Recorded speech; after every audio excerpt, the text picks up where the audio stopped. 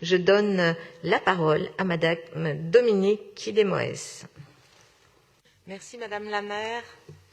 Lors de la séance des 6, 7 et 8 octobre 2020, vous avez émis le souhait d'honorer la mémoire de Gisèle Halimi, avocate, militante féministe et femme politique franco-tunisienne, décédée à Paris dans le 7e arrondissement le 28 juillet 2020. Une partie des berges de Seine du 7e arrondissement prendra donc le nom de Gisèle Halimi. Qui était Gisèle Halimi? Je pense qu'ici personne ne l'ignore, mais il est toujours bon de le rappeler. Zaïza Tayeb est née fille dans un monde socio-culturel où seule la naissance d'un garçon peut réjouir le cœur d'un père ou d'une mère. À 13 ans, elle entame une grève de la faim pour ne plus assumer les tâches ménagères dont ses frères étaient dispensés. À 15 ans, elle refuse un mariage arrangé et, très bonne élève, obtient un an plus tard le droit d'aller en France faire des études de droit car elle est boursière.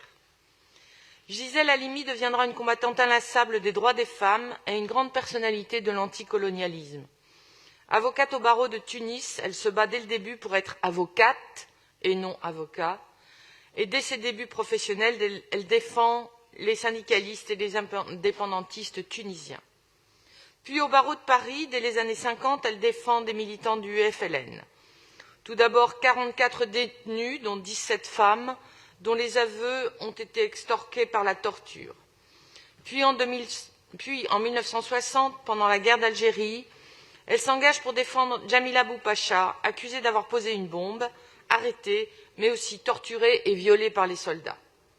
Après un premier procès militaire, elle obtient un procès civil.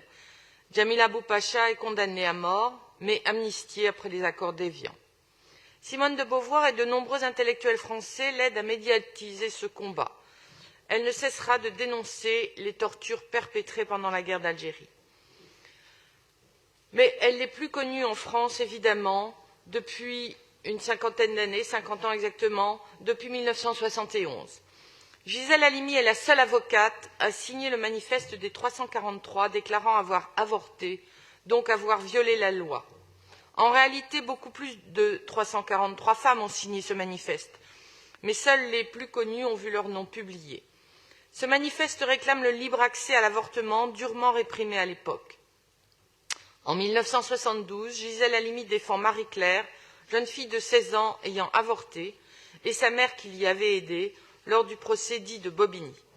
Gisèle Halimi y plaide pour la légalisation de l'avortement. Les deux femmes sont acquittées et la troisième obtient une peine avec sursis. Cela ouvrira la voie à la loi Veil de 1975. En 1978, elle défend deux jeunes femmes victimes d'un viol collectif.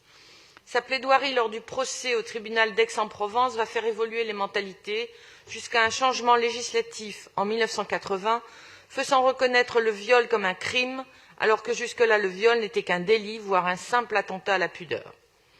Gisèle Halimi est élue députée en 1981. Avec Robert Badinter, ministre de la Justice, elle agit en faveur de la parité en politique, même si le vote de la loi instaurant des quotas est annulé par le Conseil constitutionnel. Elle agit en faveur de la loi abrogeant la distinction de la majorité sexuelle pour les relations homosexuelles.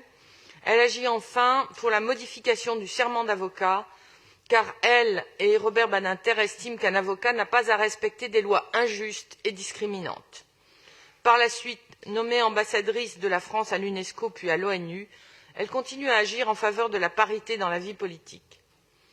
Dès 1989, elle se prononce pour une loi interdisant le port du voile à l'école qu'elle qualifie d'apartheid sexuel. Elle défend également l'abolition de la prostitution et s'oppose à la GPA, considérant que le corps d'une femme n'est pas à vendre. Toute sa vie, Gisèle Halimi participe à l'évolution de la loi, mais aussi à celle des mentalités, à la fois en tant qu'avocate, députée, fondatrice avec Simone de Beauvoir du mouvement Choisir la cause des femmes. Par ses combats, elle est passée du statut d'une femme risquant sa vie pendant la guerre d'Algérie à une personnalité accueillant de nombreux hommages. Toute sa vie, Gisèle Halimi a fait preuve d'un féminisme total et cohérent. Elle dit d'elle « J'avais en moi une rage, une force sauvage, une volonté de me sauver ». Je pense qu'elle mérite également absolument d'avoir une dénomination dans l'espace public parisien. Je vous remercie.